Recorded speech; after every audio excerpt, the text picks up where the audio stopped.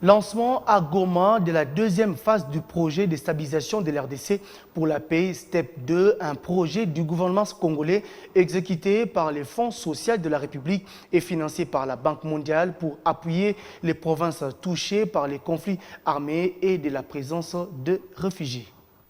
Il se compte par une centaine de projets réalisés par le Fonds social de la République dans les 3 grandes villes et 6 territoires du Nord Kivu, dans le cadre du projet d'appui à la stabilisation de l'Est de la RDC pour la paix, STEP 1, financé par la Banque mondiale. Les résultats de 6 années de ces projets STEP 1, qui a concerné les Nord et Sud Kivu, ainsi que la province orientale, financés à hauteur de 134 millions de dollars américains, ont été présentés aux différentes couches sociopolitiques du Nord Kivu dans un atelier de 2 jours organisé par les Fonds sociaux de la République.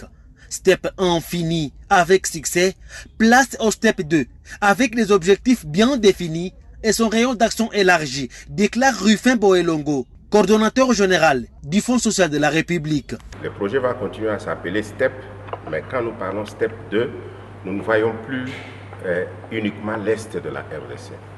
Nous voyons la RDC dans la mesure où il y a 2 nouvelles provinces qui vont entrer dans le projet, notamment une province du centre, le Kasaï central, et une province du nord, le nord Ubangi. Et donc c'est ça la première différence. La deuxième, c'est qu'il y a des innovations en termes des appuis, appuis institutionnels, pour pouvoir travailler véritablement pour asseoir les fondamentaux de la protection sociale dans le pays.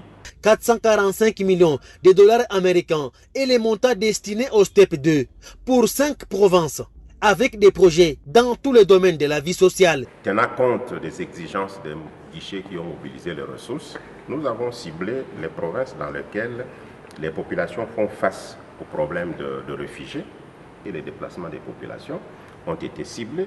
Les provinces où il y a cette question de fragilité, conflit et vulnérabilité ont été ciblées.